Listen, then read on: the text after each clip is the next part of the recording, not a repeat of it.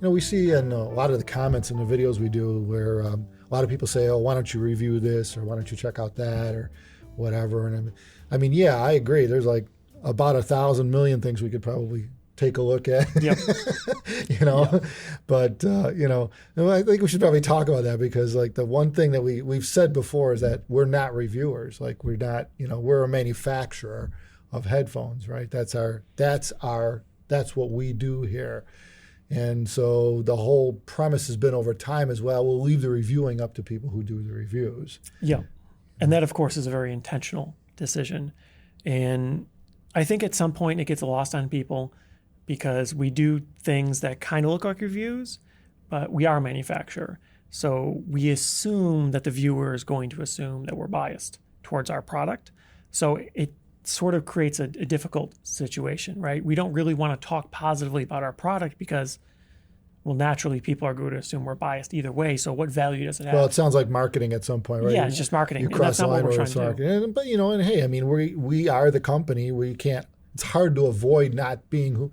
It's hard to not be who you are. Say, right. Don't talk about your stuff. Well, that's what we do here. I mean, we're about the hobby. But our stuff is a big part of our hobby. Not only that, in like the semi-reviews we did, you could say, you realize how hard it is to review stuff. When you watch other people review stuff, it seems like, that's so anybody can be a reviewer. They're better right? than us. Yeah, right. Yeah. Well, we've had, I know, like we tend sometimes when we talked about some of the gear, we had DMS join us. Right. I forget who he swapped out for a while. I don't know, you were, I forget, but We did it both or ways. me even, right, at some points. But at some point, we always found that he was better at kind of talking about the product itself, where I don't know, we focus at completely different things Right. when we talk about it, and it could be just about anything, but we tend to focus on different things. And There's definitely a discussion here because this is definitely not well understood, and I could entirely see the reasons. We come from a manufacturing perspective. We're primarily looking at stuff that we expect our customers are going to want to use or to actually use in practice with our gear. And naturally, this is a bit of a complicated one, like everything, because we want the gear to be as affordable as possible, because we're going to then, presumably, if it's good and works with our gear, make recommendations for people to purchase it, to use with our stuff. So ideally, we want the best stuff for the lowest price, of course. However, we also are manufacturing very high-end headphones. So it tends to be that a lot of people actually want high-end gear to go with it. They want it to be matched in price. They don't even want to buy cheap gear. And they also have very high preferences. They have high expectations, and they want it to be spectacular, not just very good. So we kind of sort of push past the point of diminishing returns in a lot of ways. And I think that creates, to some degree, of a perception that only the expensive stuff is good, because we don't review cheap stuff, really. But that's not the case at all. There's plenty of low-cost stuff that we like. It's just not really that well suited for our headphones. And so as a result, we don't have extensive experience. Yeah, I mean, technically, if you look at the marketplace, a majority of the market is lower end stuff. Of course. Well, yeah. That's the majority, You get a whole pyramid situation. Yeah. But the real kicker here, I think, is we don't talk about these things. We don't review these low price point products, not because they're junk, but because other people do it better. Yeah, and I mean, they're better suited for it. And they're also using it with headphones and stuff that are made that make more sense to match with it. You're not matching $4,000 or $5,000 headphones with $200 amplifiers. You could, but it's not vice versa. That realistic for most people. Yeah, I mean, it's just the way it is. That's kind of the way the market is. Well, I think the big thing is perspective, because like reviewers have a reviewer perspective, I guess you can say. I was thinking like automotive journalists and stuff, same kind of thing. Like they don't care how the car is made, right? They're just so they don't have that analytical. They're looking for like every detail kind of thing. They just drive the car, right? So a lot of it's times kind of they a don't different even really. perspective, right? A lot of reviewers don't care about the why either. Right. Why it's designed like this. They're not concerned. You see this all the time. People saying, "Oh, why did they do what they did this?" They're typically yelling at the manufacturer, saying they should have done it this way or that way. And of course, they never know the whys. And I think they're not engineers, and they don't make cars for a living. So Right. yeah, and it makes sense that they wouldn't know. But there's value in that. But they understand what they're experiencing. That's Yep. why it's a different perspective. Right. That's why when we look at stuff, it's different, because you're looking at how it was built and all why they built it like that. I think I personally struggle to be very critical of low cost goods like a lot of reviewers are, because I look at them and I understand a fair bit of the compromises. I understand why they did it. I'm not yelling. I'm saying, oh, it should have done this. It should have done that, because I understand. Yeah, you're giving them a break on costs all more. different fronts because you understand why It's hard. it looks like or acts like or sounds like it is. Because, you get it. You get it from a perspective of you're trying to hit a certain price point, and you're not going bonsai on the design of it or the manufacturing of it. You can't. Because otherwise, a $500 amp will be a $5,000 amp before you know it. Yeah, that is the other problem. Yeah. I mean, the chassis alone on some of these amplifiers is expensive to make.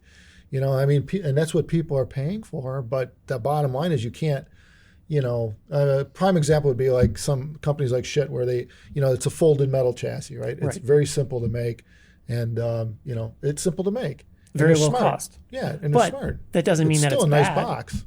They make plenty of gear that obviously is very well received. It's pretty good value for the money, right? People like it. That's not a bad thing, but they typically aren't going to pair with our gear just because consumers often enough don't really legitimately want to spend a few $100s on an amplifier to go with a few $1,000 headphone. Well, the sonic traits. Which is curious. Sonic traits aside. Of course, but they literally, But you're oddly right. enough, people don't really see this a lot of times, but people, you could tell them, hey, buy this for $200.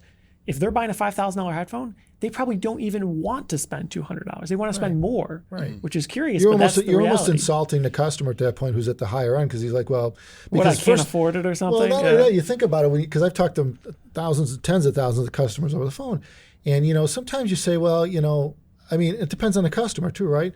But you got a guy that's been in it for a while, this audio scene, whatever it might be, or cars or whatever, right? It's all the same. And you recommend something like cheap to them, and they're looking at you funny.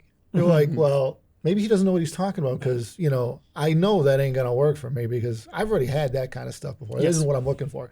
So you actually get questioned. You get questioned as to whether you're being accurate in your recommendation. Well, yeah. It kind of reminds me of Mike from Woo. He always says, it's like you get this exotic sports car and then you just put cheap tires on it, defeating the purpose, right? Kind of situation. Yeah, you're not going to get a Ferrari and put, all season touring radios on it. It's just that's not what the car was made to do. And if you do, why'd you get a Ferrari? And that's kind of the way it works in audio. Well, that's a complicated thing, though, because some people buy a Ferrari for the image. And in that perspective, it wouldn't matter what tires are on it. They're round, they hold air, the car drives. True. So I if guess you're just going 20 miles an hour down the main street, and never cornering. Right. Yeah. The point is, it's very hard to understand the perception of value that the customer has. So I think from our perspective, it's very hard for us to make recommendations for gear that our customers don't typically use. And there's a combination of reasons for that, but that's just the reality. And it tends to mean that low price points get neglected. And by us. and it's not that we don't try the stuff. Like, we regularly get stuff through here.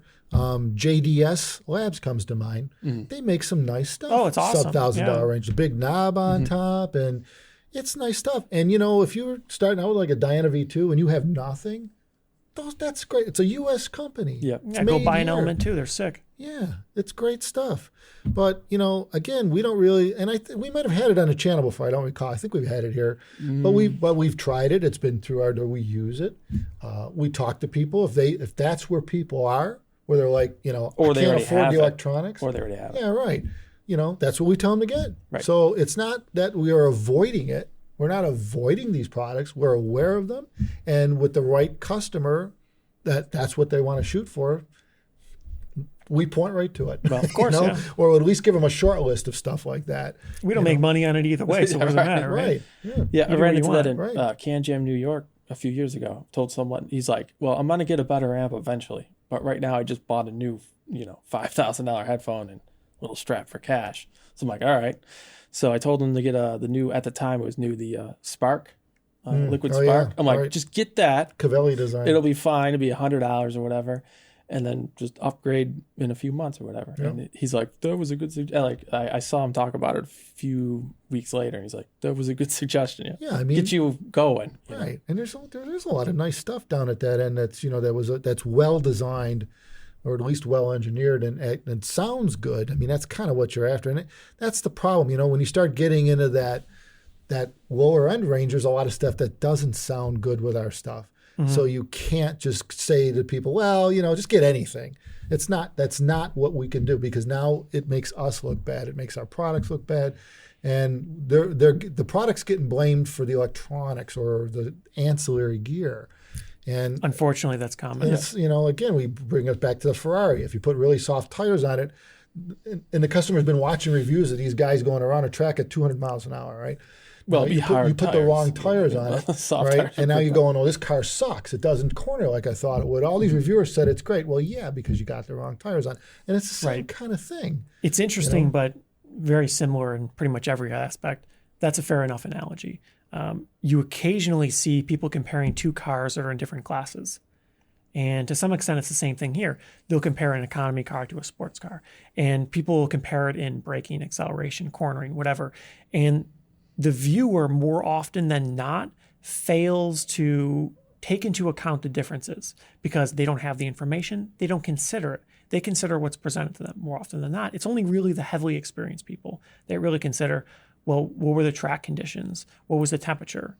What was the humidity? What tires were on the car? What condition were the tires in? How many miles have they done? And that's what comes with experience, because you can read between the lines. Like, the things that aren't said in a review are assumed. Well, they're assumed both ways, really. yeah. The inexperienced It's which way you would wanna assume, assume, right, yeah. is basically left to a coin toss. And the experienced go, they already get it. They smooth over those missing pieces because they already know, just like probably the experienced reviewer will avoid saying these minor details because they already know, and they kind of overlook it because it's known. But to the inexperienced, this is a question mark. They're like, well, does he know what he's talking about, or, blah, blah, blah, because he doesn't know. So I could see where you could misconstrue a review easily. Oh, yeah. Either way, because you just don't know. Well, that's why you can a lot of reviewers now seem to just cover all their bases, particularly with like automotive reviews. Yeah, they're like, You see "All it right, more. We put new tires on. They're this brand. Yeah. There was this weather outside, so right out of the gates. Well, it's been more common now, especially with electric vehicles. People comparing everything to like the Model S Plaid or something. You always see people in the comments fighting over, well, what was the state of charge and the battery temperature and the conditions and stuff.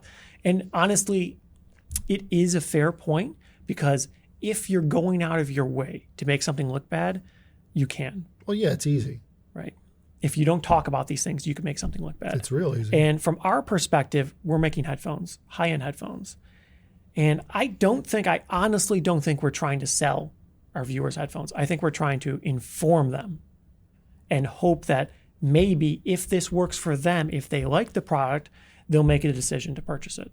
Right, but we're honestly not trying to sell it. From Well, as we're informing them about everything, inform them about things. as we're informing them about what would surround a headphone like this in terms of gear and stuff like that, and by all means, you can substitute an Abyss headphone for any other manufacturers that are in this space, Right. Yeah. and you'll probably wind up with the similar results, because a really good amp, would probably work well with any really good headphone, And then again, as we talked about in the past, it boils down to what your tastes are. Now you get into subtleties, right. And that's where multiple experienced reviews might be able to help you. But really, as we said in the past, you got to hear it for yourself. It gets to that, when you get to that level, right, where you've already tried all this other stuff, and now you're super finicky because you know exactly what you want. And when you hear it, you'll buy it. Right. That's the hardest part. But after reading enough reviews, you narrow it down, so then you only need to listen to a few things. That's the key. Yeah. You don't want to listen to everything. Yeah, and and reviewers help with that a lot, as do, but it's nothing like an in-person thing. And we covered this before. But that's the problem, though. Like you always say, it's a complicated answer because there isn't any one answer. It's not simple. It's not like, oh, I'm just going to pick black and call it a day. It doesn't work like that. It is incredibly complicated because of how nuanced it is, because of how personal audio can be. And I think for us especially, I think I speak for all of us when I say none of us want somebody to buy one of our headphones and be disappointed, to not like it. Well, that's the worst case. We're not trying to just sell it, right? Yeah. From my perspective, that's about the worst thing that could happen. You buy it and you don't like it. Not because you don't like the product, but because you purchased the headphone mistakenly, right? So somewhere along the way, you got misinformed by someone or whatever, led to believe that this was what you wanted. Well, and that mainly what occurs is you slipped it into a situation where it wasn't designed to be. The system isn't appropriate.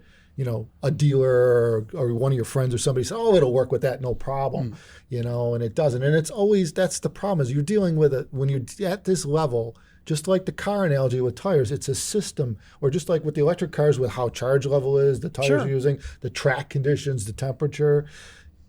Those are subtleties that matter in the end. And if you ignore them, then you shouldn't be playing with the high-end stuff, because you can't ignore them. That's not what this is about. Well, they become more critical. Well, yeah, more important. That's usually the difference. All those subtleties are the differences between the higher end stuff usually. Yeah. It's an overall system, and the guys who've been in a long time know all about this. We're preaching to the choir there, but for people that are upcoming, just it's a constant progression of improvement on something that ultimately fits you, and that's what you're after. That's the point. You. Well, and moreover, where you are at the time, what you're interested in doing, where you want to be. Because it could be that in 20 years, a Ferrari or something, a hypercar of some sort, is exactly what you're looking for. But do you want to drive it to the grocery store every day necessarily? Do you have space to store 3, 4, 5 cars? Is it good to throw kids in the back? Right. So it's like all these factors matter. And it's not to say that it makes it a bad car or something like that it's not well suited for these things, but it has use cases. And if you are using it in the design use cases, maybe it's spectacular and the best thing money could buy.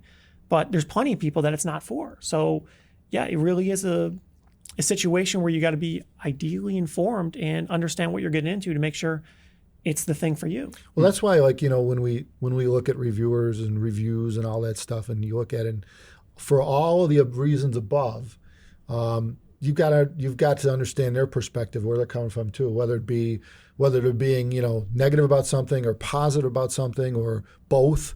You got to understand their perspective. You really do. And if without that, then you just don't know what direction that whole thing's going in. And it's the same with talking to your best friends about making recommendations of buying something. What do they like in coffee? Right? What do you like? Well, that doesn't mean you're going to like the coffee they drink.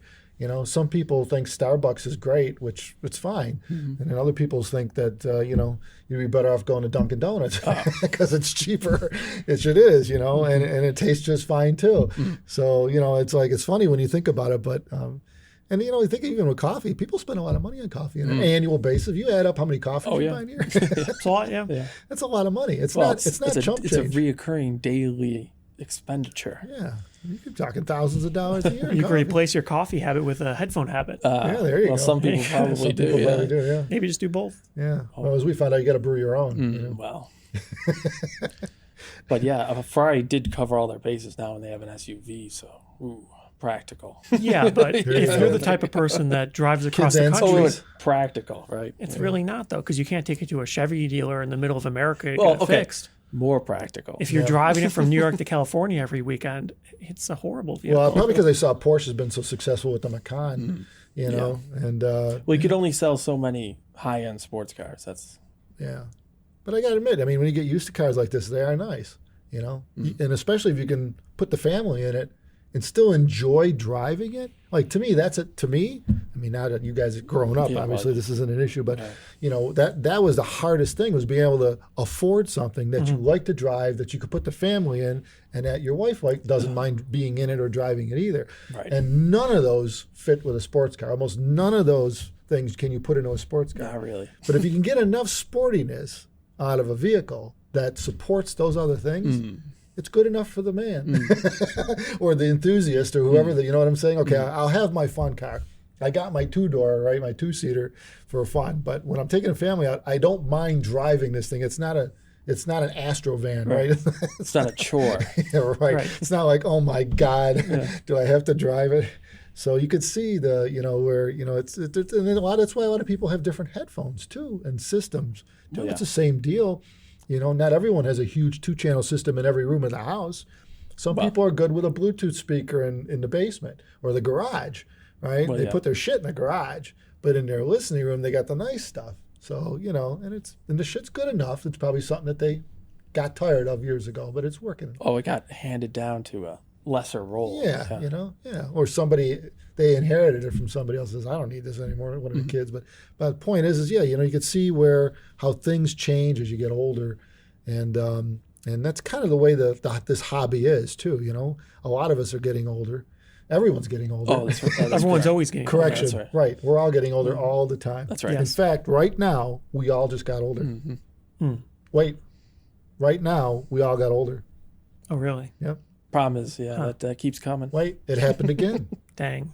All right. Well, I give up. We can't We stop. gotta work on trying to stop that. And Yeah. So on that note, anyway, you know, if you have questions on systems, we're always here for you. Email us, call us, you know, Go to a show. Talk to us at Can go Jam to New a York. show. Yeah, we'll be in Can Jam next month. I don't know. It's like the third weekend of the month or whatever. something like that. Yeah, just look up Can Jam, canjam.org or whatever, but just search Can Jam 2023 New York City, and we'll be there. So take care, everyone. Thanks for watching our blabber. Thumbs us up.